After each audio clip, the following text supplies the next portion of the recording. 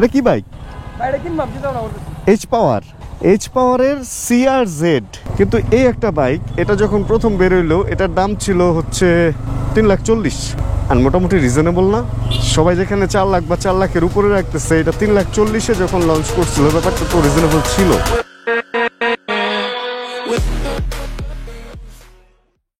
দুইটা 34, আমি জানেন 2টা 29-এ নামছি, অ্যান্ড 2টা 30-এ আমাদের লিফট অটো অফ হয়ে যায়। মানে কি একটা সৌভাগ্য।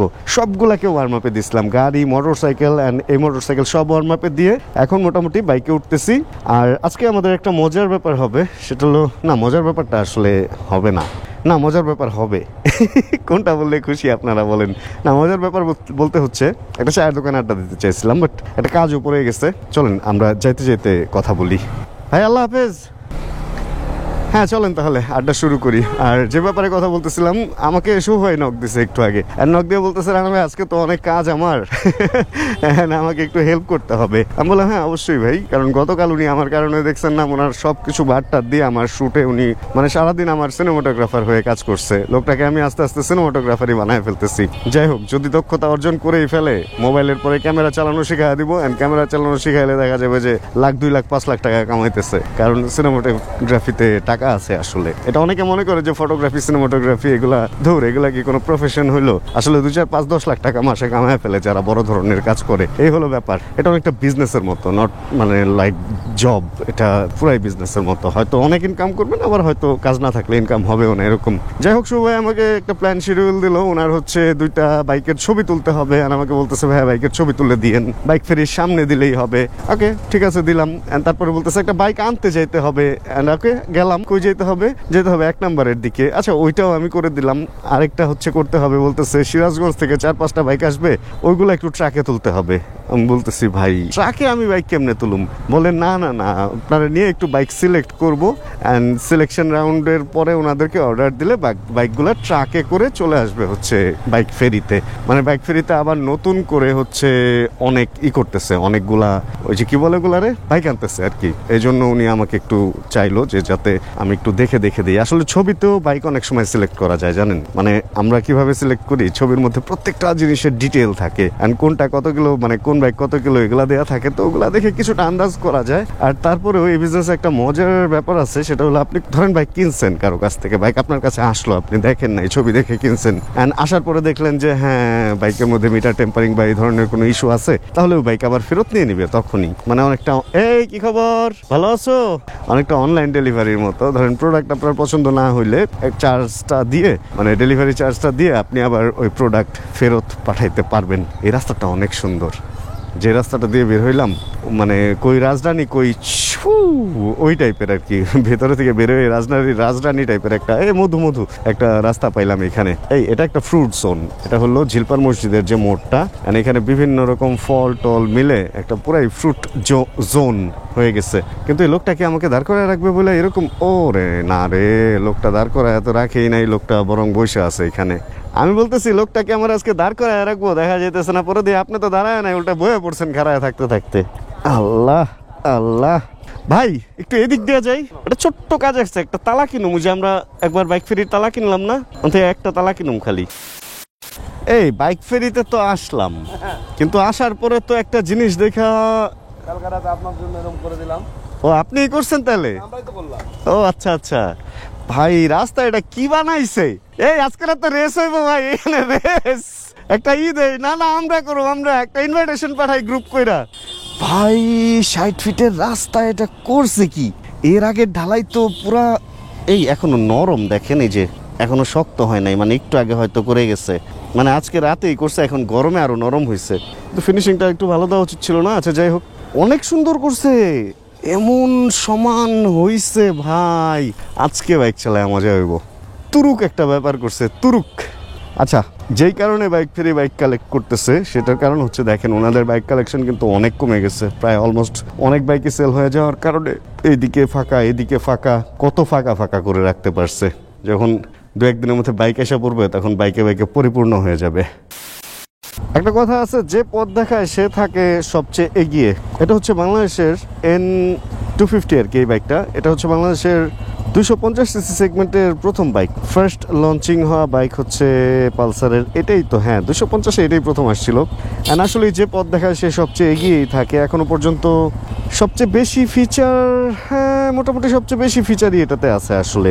অ্যান্ড এখনো পর্যন্ত এই বাইকটাই সবচেয়ে এগিয়ে আছে। আমি এই কথাটা কেন বলতেছি, চলেন আমরা একটু রাইড করতে করতেই কথা বলি। অ্যান্ড রাস্তাটা এত সুন্দর হয়ে গেছে বলে চিন্তা করলাম সব কাজের আগে এই এন সিরিজের বাইকটা একটু চালাই। কিন্তু এই রাস্তা এইভাবে ঘুরাইলে দেখেন এই যে রাস্তা উঠে যেতেছে, এত নরম করে করছে না, এভাবে তো রাস্তা নষ্ট হয়ে যাবে। রোদের আলোতে যদি এই অবস্থা হয়, দেখেন আমি অলরেডি এখানে আরেকজন রাখছিল, রাস্তা হয়ে গেছে, রাস্তা তো নষ্ট হয়ে যাবে। এত অল্পতে যদি নষ্ট হয়ে যায়, ভারী ট্রাক গেলে তো এই রাস্তা আজকেই বরবাদ হয়ে যাবে, এরকমটাই মনে হইতেছে। আচ্ছা চলেন আমরা সুন্দর রাস্তা দিয়ে একটু এন সিরিজের এই বাইকটা চালাই এক, আর দ্বিতীয়ত আপনাদের সাথে একটু বাজাজ পালসার নিয়ে কথা বলি।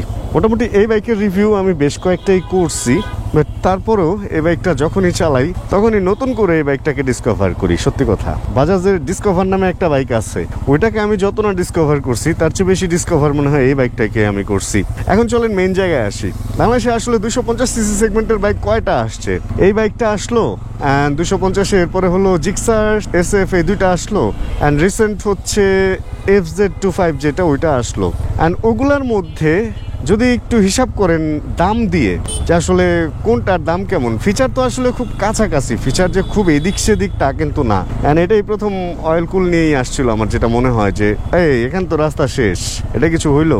আচ্ছা যাই হোক, বাইকের ফিচার নিয়ে আরেকদিন কথা বলবো না, যে কোনটার ফিচার বেশি ভালো বা কোনটার ফিচার বেশি খারাপ। যে জিনিসটা বলবো, জিক্সার হচ্ছে 4 লাখ টাকা, জিক্সার SF হচ্ছে 4.5 লাখ টাকা, তারপর FZ25 হচ্ছে 4,35,000। প্রিবিউকিং এ কিছু ডিসকাউন্ট আছে, প্লাস আরো যারা ইয়ামাহার বাইক চালায় বা যারা বাইক ফেরত দিবে, মানে এক্সচেঞ্জে নিবে, তাদের জন্য কিছু ফ্যাসিলিটি দিচ্ছে যদিও। এটা হলো FZ25। কিন্তু এই একটা বাইক, এটা যখন প্রথম বেরোইলো এটার দাম ছিল হচ্ছে 3,40,000। আর মোটামুটি রিজনেবল না? সবাই যেখানে 4 লাখ বা 4 লাখের উপরে রাখতেছে, এটা 3,40,000 যখন লঞ্চ করছিল, ব্যাপারটা তো রিজনেবল ছিল। অ্যান্ড তারপরেও এটার দাম বেড়ে এখন খুব বেশি মনে হয় বাড়ে নাই, 5-10 হাজার সম্ভবত বাড়ছে আমি যতটুকু জানি। তো ওই হিসাব করতে গেলে এখনো পর্যন্ত সুন্দর টাকায় সুন্দর ডিল হচ্ছে এই বাইকটা। অ্যান্ড আরেকটা ব্যাপার হচ্ছে, এই বাইকটা কিন্তু সেকেন্ড হ্যান্ড মার্কেটেও বেশ কমেই পাওয়া যায়। মানে অল্প কিলো চলা বাইক যদি আপনি কিনতে চান, যেমন এই বাইকটা 5,364 কিলো চলছে, বাইক ফ্রিতে বাইকটা অ্যাভেলেবেল আছে। অ্যান্ড অনেক কমেই হয়তো কিনতে পারবেন, 3 লাখের আশপাশেই হয়তো এই বাইকটার দাম। মানে এই দামে যদি কিনতে পারেন, সেখানে আমি মনে করি যে আসলে এটা একটা বেস্ট ডিল। অ্যান্ড এটা এখনো পর্যন্ত 250cc সেগমেন্টের রাজা এটাকে বলতে পারেন এই সমস্ত দিক চিন্তা করলে। এখন যদি ব্র্যান্ড ভ্যালুর কথা চিন্তা করেন, যে এটা বাজাজ, ওইগুলা জাপানি, এই সেই, এভাবে চিন্তা করলে আসলে ওইটা অন্য জিনিস। আপনি যদি ব্র্যান্ড চালান ওইটা এক জিনিস, আর আপনি যদি যে বাইকটা চালান ওই ইউনিটটা নিয়ে চিন্তা করেন তাহলে ওইটা এক জিনিস। এখন এটা চিন্তা করতে পারেন যে হ্যাঁ, পরবর্তীতে আফটার সেলসের যে ব্যাপার স্যাপার, পার্টস অ্যান্ড সার্ভিসে আপনি ভালো সার্ভিস পাবেন না, এটা নিয়ে আপনি চিন্তা করতেই পারেন। তবে সেই ক্ষেত্রেও আমি যেটা দেখছি যে এই বাজাজের যে পালসার এন সিরিজের যে পালসারগুলা, এগুলাই কিন্তু ওরা ওয়ারেন্টি গ্যারান্টির যে ব্যাপারগুলা, এগুলাতে ভালো সাপোর্টই দিতেছে, আমি এতটুকু দেখছি। কারণ এই বাইকটা আমার ছিল লাল রঙেরটা, অ্যান্ড ওইটাতে আফটার সেল সার্ভিস, ওয়ারেন্টি, এগুলো মোটামুটি আমি ভালো পাইছি। এর জন্য আমি একটা নির্ভরতা পাইছি আসলে এই ব্র্যান্ডের কাছে। আর এই বাইকটার মধ্যে 2 চাকা ABS আছে। এই বাইকটার পেছনের চাকাটা একটু মোটা করতে পারতো, 130 সেগমেন্টটা আসলে একটু বেশি চিকন হয়ে গেছে। সামনেরটা ঠিক আছে, সামনেরটা মেনে নেওয়া যায়, বাট পেছনের যে টায়ারটা, এইটা এবং রিমটা একটু বেশি চিকন দেওয়াতে না, এই জিনিসটা আসলে একটু দৃষ্টিকটু হয়ে গেছে, এটা চোখে লাগে যে এই বাইকটা আসলে পেছন থেকে জানি একটু কিরকম। অনেকে তো বলে যে ওই যে পোলিও রোগীর মতো পা যে চিকন হয়ে যায় অনেকটা, ওই টাইপের অনেকে এরকম বলে আর কি। প্লাস যদি মিটারের দিকে দেখেন, এই বাইকটার মিটার অন্যান্য যারা SUC গুলো আছে ওগুলোর চেয়ে মোটামুটি কিন্তু খারাপ না একদম। যদিও এটার ডিজিটাল পার্টটা অনেক ছোট, কিন্তু এইদিকে যে RPM বা এইদিকে কিছু ইনফোটেনমেন্ট ব্যাপার স্যাপার দিচ্ছে, এগুলা মিলা মিটারটা কিন্তু ভালো। এখানে ওরা বলে যে এটাকে ইনফিনিটি মিটার, মানে সামনে কোনো বর্ডার দেখা যায় না, ওই যে বর্ডারলেস টেলিভিশনের মতো। ওভারঅল ভালো। এখন ভালো ভালো খারাপও আছে বাইকের মধ্যে, যেমন এটা লুকিং গ্লাসটা অতিরিক্ত চওড়া, যে জিনিসটা অন্যান্য 250 বা 150 সিসির বাইকে না। এখন এটার 160 যেটা, ওইটার মিটারও কিন্তু চওড়া। এই ব্যাপারটা আসলে এগুলা একটু কিছু ডেভেলপমেন্ট দরকার আছে। এই সমস্ত দিকে আসলে তখন না ব্র্যান্ডের একটা ব্যাপার স্যাপার চলে আসে। মানে ব্র্যান্ড ভ্যালু মানুষ বলে না, যখনই আপনি একটা জাপানি ব্র্যান্ড বা একটা রিনাউন্ড ব্র্যান্ডের বাইক কিনবেন, ওটার সার্ভিস অ্যান্ড ওইটার মধ্যে যে বিশ্বাসটা আর কি আপনি রাখতে পারবেন, ওইটার ব্যাপারটা একটু অন্যরকম। ওইটা একটু বেশি রাখা যায়। এটা সত্যি মনের শান্তি বড় শান্তি একটা কথা আছে না। বাট যদি অল্প দামে একটা ভালো ডিল চান, আমি মনে করি আপনার জন্য এই এন সিরিজের N250টা একটা ভালো ডিল হতে পারে। আর এটার মাইলেজ নিয়ে অনেকের অনেক টেনশন আছে। অনেকে এরকম একটা কথা বলে, মানে অনেকে বলে আর কি, আমার কাছে এরকম প্রশ্ন আসছে যে আসলে এটাই নাকি 1 লিটারে অনেক কম যায়। এখন একটা 250 সিসির ইঞ্জিন আপনি যদি চালান, আপনি যদি মাইলেজের চিন্তা ওইভাবে করেন যে আমাকে পার লিটার তেলে 40 বা এর উপরে কিলো চালাইতে হবে, তাহলে এন সিরিজ যদি চালাইতে চান N160-তে যাওয়া আপনার জন্য ভালো হবে। বা অন্যান্য কোনো বাইক যদি চালাইতে চান, তাহলে আমি বলবো যে 150 সিসি বা 125 সিসি সেগমেন্ট বাইক চালাইলে আপনি হচ্ছে ভালো মাইলেজ পাবেন, অল্প তেলে অনেক চালাইতে পারবেন। আর যদি না, আপনি মনে করেন যে আমার পাওয়ার লাগবে, কনফিডেন্ট লাগবে রাইডিংয়ে, অ্যান্ড ওই তেলের চিন্তা আমি করব না, সেই ক্ষেত্রে আপনি সিসি বাড়ান। ভাই সিসি যখন বাড়বে তখন তো তেল বেশি খাবেই। এখন বাংলাদেশের মার্কেটে রয়্যাল এনফিল্ড আছে, ওইটা নিয়ে যদি আপনি চিন্তা করেন যে আমি পার লিটার তেলে যাতে অনেক চালাইতে পারি, তাহলে ওটা আপনি কেন কিনবেন? ঠিক ব্যাপারটা ওই রকম। অপশন আছে এখন বাংলাদেশে। আগে একটা সময় ছিল যখন 150 পর্যন্ত বা 165 পর্যন্ত আমাদের দেশে পারমিশন ছিল, তখন আমাদের অপশনটা ছিল খুব কম। দুইটা সেগমেন্টের বাইক চলতো, 150 আর 125। আর এখন আমাদের অপশন আছে। আপনি এখন অনেক বাইক দেখে দেন একটা বাইক নিতে পারবেন। এবং এখন ইন্টারনেট থাকাতে ইউটিউবে সব বাইকের রিভিউ দেখতে পারবেন, দেখে দেন সিলেক্ট করতে পারবেন যে কোন বাইকটা আসলে আপনার জন্য যুগোপযোগী বা আপনার জন্য উপযোগী। আসলে রাস্তা অনেক সুন্দর হয়ে গেছে, বাইক চালাইতে ভালো লাগতেছে।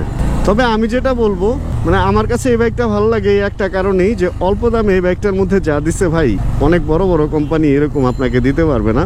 বাট এটা বাজাজ করে দেখাইছে।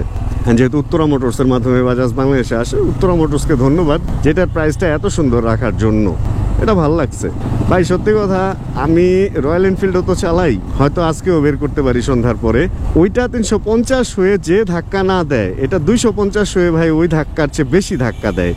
ঠিক আছে, ওইটার ব্যাপার অন্য, ওইটায় টর্ক বেশি, টর্কের একটা ব্যাপার আছে। এটার টর্ক যে একদম কম তা না। মানে বাংলাদেশের প্রেক্ষাপটে এখন পর্যন্ত যতটুকু হায়ার সিসির পারমিশন বাংলাদেশ পাইছে, অতটুকুর মধ্যে 250 হচ্ছে এমন একটা সিসি যেটাই বেস্ট। এটা নিয়ে আপনি বাংলাদেশের যেই কোনো রাস্তায়, সেটা বান্দরবনের ডিম পাহাড়ের রাস্তা হোক অথবা রংপুরের সমতল রাস্তা হোক, যে কোনো রাস্তায় 250 সিসি সেগমেন্ট নিয়ে আপনি যাইতে পারবেন।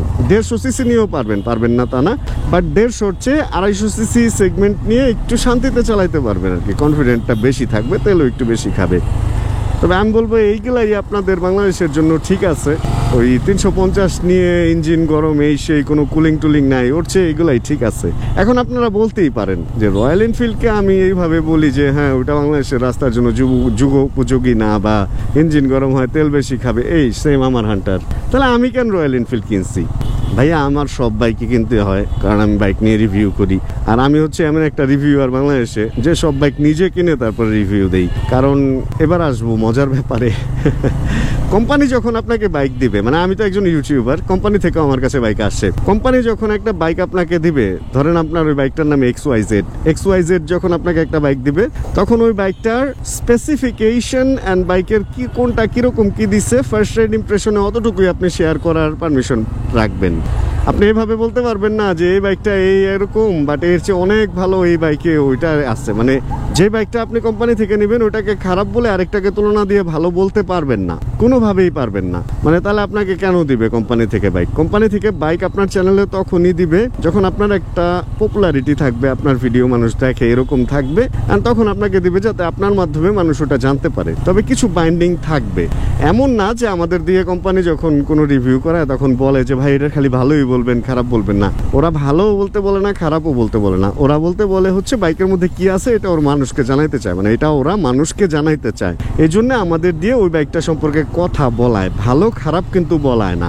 ভালো খারাপ বলায় না তা না, কিছু কোম্পানি আছে যে শুধু ভালোগুলাই বলতে চায়, বাট ওই ধরনের কোম্পানির সাথে আমি কাজ করি না। যারা লাস্ট 6 বছর ধরে বা 5 বছর ধরে আমার ভিডিও দেখে তারা অবশ্যই এটা জানার কথা যে আমি হচ্ছে এমন একটা মানুষ, আমার কাছে কিন্তু স্পন্সর খুব কম আসে, খুব লিমিটেড। এখন বলতে পারেন যে আমার কাছে এত লিমিটেড স্পন্সর কেন আসে? ভাই, এক হচ্ছে আমি কোনো বাইকের মিথ্যা ইনফরমেশন শেয়ার করব না, এক। দ্বিতীয় হচ্ছে আমি ওই বাইকটা যখনই কোম্পানি থেকে আমার হাতে আসে আমি এটা বলে দিই যে ভাইয়া আপনারা এখন আমাকে যা দিয়েই যা বলার না কেন ওই পরিচিতি ভিডিও আমি করে দিব, কিন্তু ভবিষ্যতে এই বাইকটা আমি নিজে কিনবো, তখন আমার স্বাধীনভাবে আমার বাইক নিয়ে আমি কথা বলবো ভাই, এটাতে কার কি আসে যায়। অ্যান্ড এই বিশ্বস্ততাটা আমার কাস্টমারের কাছে, মানে যারা আমার ভিডিও দেখে, আমার সাবস্ক্রাইবার যারা, তাদের কাছে এই বিশ্বস্ততাটা আমার থাকতে হবে। এই বিশ্বস্ততা না থাকলে আমার ভিডিও কেউ দেখবে না। অ্যান্ড যখনই আমি কোনো বাইক কিনি ওইটার যে রিভিউগুলো আমি দিই ওইটার মধ্যে 100% আমার বাইকটা যেমন লাগে ওরকমই বলি। সেটা বাইক নষ্ট হইলে ওইটা আপনাদেরকে দেখাবো, বাইক যদি খুব ভালো সার্ভিস দেয় ওইটাও আমি আপনাদেরকে দেখাবো। যেমন এই পালসারের সাথে আমার কোনো চুক্তি বা কোনো কিছু নাই, বাট এই এন সিরিজের বাইকটা 250টা আমার খুব ভালো লাগে। আমার 250 সামনের লাইটে প্রবলেম হয়েছিল ডিআরএল, ওরা ফ্রি বদলায় দিছে, যেটার দাম 12,000 টাকার উপরে। এই ভালোগুলো আমার সাথে ওরা করছে। অ্যান্ড আমার বাইকে আমি দেখছি বা অন্যান্য অনেক পালসার N250 বা 160-তে, N250-তে বিশেষ করে দেখছি যে হঠাৎ করে থ্রটল দিলে পেছনের সাইডটা চেসিসটা একটু কাঁপে, মানে যেটা হলো সুইং আর্ম। আর এগুলো আমি খারাপ বলছি, লুকিং গ্লাস চওড়া বলছি, ভাই খারাপ আমার বলতে হবেই। ভালো খারাপ না বললে কেন মানুষ আমার ভিডিও দেখবে বলেন? অ্যান্ড এটা হচ্ছে ফার্স্ট, যে আমার স্বাধীনতা থাকতে হবে যে আমি বাইক সম্পর্কে যা খুশি তা ভবিষ্যতে বলবো নিজে কিনে। আর দ্বিতীয়টা হচ্ছে খুবই কঠিন সত্যি একটা কথা, আমি ভাই অনেক টাকা নেই, কোনো স্পন্সর ভিডিও করতে আমি অনেক টাকা নেই, যেটা অনেক কোম্পানি আমাকে এফোর্ড করতে পারে না। এই জন্য আমি খুব কম, হয়তো বছরে 1-2টা স্পন্সরশিপের কাজ পাই, যাদের বাজেট ভালো। অ্যান্ড অল্প বাজেটের লোকের সাথে ভাই আমি কাজ করি না, আমার দরকার নাই কাজ করা, কারণ এই ইউটিউবিংটা আমার প্রফেশন না, এটা আমি শখে করি, আমার ভালো লাগে, আমার মানুষকে ইনফরমেশন দিতে ভালো লাগে, এই জন্য আমি ইউটিউবিংটা করি। অ্যান্ড এছাড়া আমার বিজনেস আছে যেটাতে আমি সুন্দর মতো আলহামদুলিল্লাহ চলতেছি। তাহলে আমি কেন মানুষকে রং ইনফরমেশন দিব? হ্যাঁ, কেন আমি এখান থেকে টাকা কম নিব? আমি যদি নেই ভাই, আমি অনেক টাকা নেই। আমাকে অনেকে জিজ্ঞেস করে কোনো রিভিউ করলে যে ভাইয়া কত টাকা নিছেন, ভাইয়া আপনারা তো টাকা দিয়ে কিনে ফেলছে। ভাইয়া আমাকে কিনে ফেলা এত সোজা না। ধরেন যদি পূর্বাচলে একটা প্লটও দিয়ে দেয় যেটার দাম 3-4 কোটি 5 কোটি টাকা, তাও আমাকে কিনে নিতে পারবে না, কারণ ভাইয়া এই জিনিসগুলো ছোটবেলা থেকে ফ্যামিলিতে আমি দেখে আসছি। তো এই প্লট টট বাড়ি ঘর হাবি জাবি, তো ওই 2-4-5-10 হাজার বা 10 লাখ এই টাকা দিয়ে আমাকে কিনে ফেলা যাবে না। তাই যারাও যে কমেন্ট করেন দালাল টালাল এই সেই, ভাই একটা বাইকের জন্য দালাল হয়ে যাব কেন? আমি তো এই ট্রেডে ভিক্ষা করতে আসি নাই ভাইয়া, এই ট্রেডে আমি ইনফরমেশন দিয়ে আসছি লাস্ট 6 বছর ধরে, অ্যান্ড সামনে আরও দিয়ে যাব। কিছু লোক দালাল বলবে, তাতেই আমার চলবে, কোনো সমস্যা নাই। তারা বলতে বলতে একসময় চুপ হয়ে যাবে, কারণ মেইনলি হচ্ছে তারা কোনো না কোনো কোম্পানির দালাল। তারা চায় না যে আমি কখন কোন বাইক নিয়ে কথা বলি, ওইটা তারা চায় না। তারা শুধু তাদের কোম্পানির বাইক নিয়ে কথা বললেই এই কি খবর, তারা হ্যাপি থাকে। তো ব্যাপারটা হচ্ছে এরকম। যাই হোক, অনেক কথা বললাম, সুন্দর রাস্তায় অনেকক্ষণ বাইক চালাইলাম। তবে ওই শেষ পর্যন্ত ভাই এই দুইটা জিনিসই, এক হচ্ছে আমাকে দিয়ে রং ইনফরমেশন কেউ শেয়ার করাইতে পারবে না, দুই হচ্ছে আমাকে স্পন্সরশিপ দিতে অনেক টাকা লাগে ভাই, সব কোম্পানি এটা পারে না, এই হচ্ছে ঝামেলা। এখন কথা হচ্ছে এই বাইকে আমরা আবার ফেরত আসি। N250 চাইলে আপনারা কিনতে পারেন। বাজাজের এর আগে একটা দুর্নাম ছিল, যেমন অ্যাভেঞ্জার বা আরো 2-1টা বাইক আছে, ওমা রাস্তার মধ্যে এটি কি করে রাখছে। আরো 2-1টা বাইক আছে যেগুলো হচ্ছে পরবর্তীতে বাজাজ পার্টসের সাপোর্টটা দিতে পারে নাই। একটা বাইক কিন্তু এটা অনেক সময় বলি যে এই বাইকটা কখনোই বৃদ্ধ হবে না যদি এটা পার্টসের সাপোর্ট থাকে, আর এই বাইকটা একদিনেই বিছানায় পড়ে যাবে যদি পার্টস না থাকে। মানে এটার ধরেন ক্লাচের তার ছিঁড়ছে, আমি পাইতেছি না, তাহলে এটার বিছানায় ফেলে দিতে হবে না, মানে গ্যারেজে ফেলায় রাখতে হবে না। পার্টস সাপোর্ট থাকলে প্রত্যেকটা বাইকই ভালো, পার্টস সাপোর্ট না থাকলে সেটা সুজুকি ইয়ামাহা হোক আর হোন্ডা হোক, ওগুলাকেও ভালো বলা যাবে না। এই হচ্ছে ব্যাপার। যাই হোক, মোটামুটি সুন্দর রাস্তায় সুন্দর বাইকটা চালাইলাম। আর এরকম রাস্তায় তো এটাই সাসপেনশন এত ভালো ভাই, এই বাইকটার সাসপেনশন সত্যি কথা ভাঙ্গাতেও মানে ওর শখটা ওর মধ্যে এমনভাবে অ্যাবজর্ব করে, সুপার। অ্যান্ড এই রাস্তার মধ্যে এটার সাসপেনশনে আমার মনে হইতেছে যে আমি কোনো গাড়িতে বসলে যে ফিলটা হয় ওই ফিলটা। এই যে দেখেন না, একটা অ্যাভেঞ্জার বাজাজের, কত ভালো একটা বাইক ছিল বাংলাদেশে ক্রুজারের মধ্যে, এটার এখন 1 নাম্বার বলা যায়, যেটা এখনো পর্যন্ত অনরোড দেখা যায়। এত সুন্দর বড় এত আরামদায়ক একটা বাইক, অথচ ডিসকন্টিনিউ হয়ে বসে আছে। মানে কেন এই বাইকটা আবার আনতে পারে না, এই বাইকটার পার্ট সাপোর্ট আবার দিতে পারে না, দিলেই তো এই বাইকটা আবার মানুষ কিনে। যারা চালাইতেছে তারা তো মজা করেই চালাইতেছে, তার মানে বাইকটা ভালো। বাট বাজাজের কাছে রিকোয়েস্ট থাকবে, যে এই যে আমার উপরেই তো বাজাজ, যে আবার অ্যাভেঞ্জারটা আনেন, পার্ট সাপোর্ট দেন, মানুষ একটা ভালো বাইক চালাক। কারণ বাংলাদেশে ক্রুজার বাইকের বড়ই অভাব। ভাই এন্দে উঠতে যায় যদি পড়ে যাই। খুলেন না ভাই, বাইকটা ভিতরে ঢুকায় রাখি। হ্যাঁ, লাইফে প্ল্যান এবং লাইফের মোড় যে কখন চেঞ্জ হয়ে যাবে এটা বলা মুশকিল। 4:05 বাজে অ্যান্ড মোটামুটি কাজটা টুকটাক যা ছিল সব সারছি, বাইকটা এখানেই ছিল। আর একটা জিনিস দেখেন, এখানে যে বাইকের চাপে রাস্তা ফেটে যাইতেছে, গরমের কারণে পিচ নষ্ট হয়ে যেতেছে। এটা সম্ভবত রাস্তাটাকে ভেজানো উচিত ছিল। প্রবলেমটা হচ্ছে এখানে প্ল্যানিংয়ের অনেক অভাব আমাদের দেশে। এদিকে যদি দেখেন যতগুলা জায়গায় বাইক রাখছে ততগুলা জায়গায় রাস্তা এরকমই যে ধ্বংস হয়ে গেছে, ফুটোর অভাব নাই। এদিকে ফুটো দেখেন, যেখানে বাইক রাখতেছে ওইখানেই রাস্তা ধ্বংস হওয়া শুরু হয়েছে। তাহলে তো ধ্বংসের শুরু এখান থেকেই। এই রাস্তা টিকবে? কোনোভাবেই টিকবে না। এই যে আগেরটা বেরো হয়ে গেছে, এটা উচিত ছিল পানি দিয়ে হয় ভিজায় রাখা। মনে হয় যে পানি দিয়ে ঠান্ডা করে দিলে ঠিক হইতো, বাট এটা তো গরম অবস্থায় রয়ে গেছে। হ্যাঁ, এখান থেকে ভাঙ্গা শুরু হইব। এটা কি বাইক?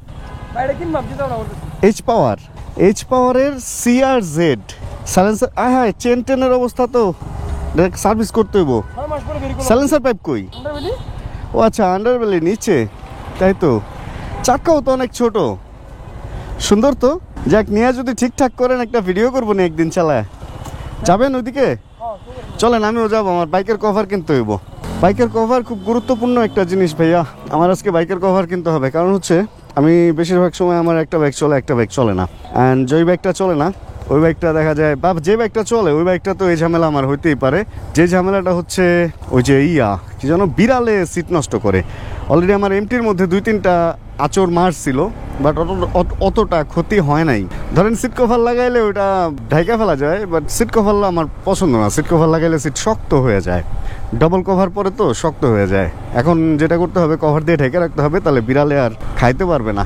আর একটু মোটো যাইতেছি, দেখি কি কি কভার টভার আছে। নর্মালের মধ্যে একটা কভার নিব, কারণ বাসার ভিতরে ঢেকে রাখবো তো, ধুলাবালি যাতে না পড়ে, এই জন্য আর কি। বাইকটা ধুয়ে রাইখা দিলে বেশ জাস্ট মাথাটা উঠায় স্টার্ট দিব, আবার ঢেকে রাইখা দিব। বাইকের কভার ভাই গুরুত্বপূর্ণ জিনিস। আসলে জিনিসগুলো আবিষ্কার তো এমনি হয় নাই, গুরুত্বপূর্ণ এই জন্যই আবিষ্কার হয়েছে। স্যান্ডেল দূরে রাখি, তাহলে মানুষ ঢুকতে বেরোইতে জুতা পরে পারাপারি করে। এই বাইকের কভার আছে? দেন না। কি কভার আছে? কম দামে একটা কভার দেন, যেটা ধরেন বাসার ভিতরে রেখে রাখুন আর কি। যে কোনো জিনিস প্রথম কিনলে আমি হচ্ছে সবচেয়ে কম দামে এটাই কেনার ট্রাই করি, কারণ ওটার সাথে অভ্যস্ত হইতে পারবো কিনা, এটা হলো ফ্যাক্ট। 2টা নিয়ে নিছি এবং এই শপে হচ্ছে সবচেয়ে কম দামে এগুলাই আছে। দাম আর না বললাম, কারণ এগুলো আপ ডাউন হয়, এগুলা নিয়ে ঝামেলা হুদাই। দেখা গেছে আমি একটা বলছি, পরে দাম বাড়ছে, এরকম হয়েছে। একটা মাঠগার্ড 70 টাকা দিয়ে আমি কিনছি, পরে ওটার দাম 200 টাকা হয়ে গেছে। লোকজন যায় 70 টাকা দিয়ে কিনতে চায়, এই টাইপের একটা ঘটনা ঘটছে। এই 2টা দিয়ে দেখি 2টা বাইকে অভ্যস্ত হইতে পারি কিনা। যদি অভ্যস্ত হইতে পারি, ওই সময় হয়তো আর একটু ভালো টালো কিনে দেন ট্রাই করবো যে আসলে এগুলোর সাথে অভ্যস্ত হওয়ার। শুনলাম যে আরেকটা ভালো ব্র্যান্ডের বাইক কভার আসতেছে, ওইটা আসলে বলবো। আর একটা ভালো বাইকও আমার কাছে আসতেছে। যখন ভালো মানে নতুন একটা বাইক আসবে, ওটার জন্য একটা সুন্দর কভারও তো দরকার, তাই না? নতুন যে ব্র্যান্ড আসতেছে ওইটা আসলে কিনবো। আপাতত এগুলাই চলতে থাক। এই যে আমরা সেই তরমুজ কিনেছি, যে তরমুজের নাম আমরা রেখেছি হচ্ছে পরি। ভাই দেখান না তরমুজটা।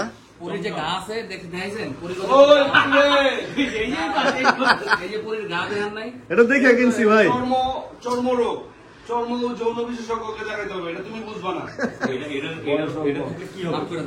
যে কোনো জিনিসে একটু খুঁত থাকতে হয়, এটা খুঁত দেখে কিনছি, এই জন্য ভিতরে এত সুন্দর। যার বাইরে খারাপ তার ভিতরে সুন্দর, আর যার বাইরে সুন্দর। 2টা কভারের মধ্যে একটা ইউজ করছি, যে এটার মধ্যে ঢাকছি, মোটামুটি ভালোই ঢাকছে, সবকিছুই ঢাকছে চাকা ছাড়া। মেইনলি হচ্ছে কি, মানে ময়লাটা ফ্যাক্ট না, আমার যেটা ফ্যাক্ট হচ্ছে বিড়ালে সিট নষ্ট করে। দেখেন আমার এই যে এমটি, যেটা এমটির মধ্যে এখানে হালকা কিন্তু একটু দাগ করছে একদিন, এই কারণে এটারে বাঁচানোর জন্য দিয়ে দিলাম কভার। মোটামুটি এবার শান্তি। কারণ দেখেন আমার পাশে যে মোটরসাইকেলটা, এটার অবস্থাটা দেখেন। তাহলে এটা যদি এরকম করে, রয়্যাল এনফিল্ডের সিটের দাম তো জানেনি, মানে রয়্যাল এনফিল্ডের প্রত্যেকটা পার্টসের যে দাম, সিট যদি নষ্ট হয় তাহলে পুরো মারা। এই জন্য এই ঘটনাটার মধ্যে দিয়ে হচ্ছে আজকের দিনটা এখানেই শেষ হয়েছে। আর মোটরসাইকেল ঢেকে ঢেকে তারপরে হচ্ছে বাসায় ঢুকে গেছি, মানে ঘরে উঠে গেছি। আর মোটামুটি এখন বিড়াল থেকে একটু বাঁচা যাবে। তাহলে আজকের ভিডিও থেকে এখানে বিদায় নিই। যদি ভিডিওতে কোনো কিছু ভালো লাগে প্লিজ একটা লাইক দিয়ে দিন। আর যদি ভিডিওতে কোনো কিছু খারাপ লাগে দালাল লিখে যান। আর যদি চ্যানেলে নতুন হন প্লিজ সাবস্ক্রাইব করে আমাদের ফ্যামিলি মেম্বার হয়ে যান। অ্যান্ড জানাবেন কে কোন জায়গা থেকে ভিডিও দেখছেন। আর যতক্ষণ পরবর্তী ভিডিও নিয়ে আবার আমি আসতেছি ততক্ষণ ইনশাআল্লাহ আমরা থাকবো ভালো, আমরা থাকবো সুস্থ, করতে থাকবো দালাল লেখার দরকার না। Chill bro. Check the mic and make sure it sound right, boys.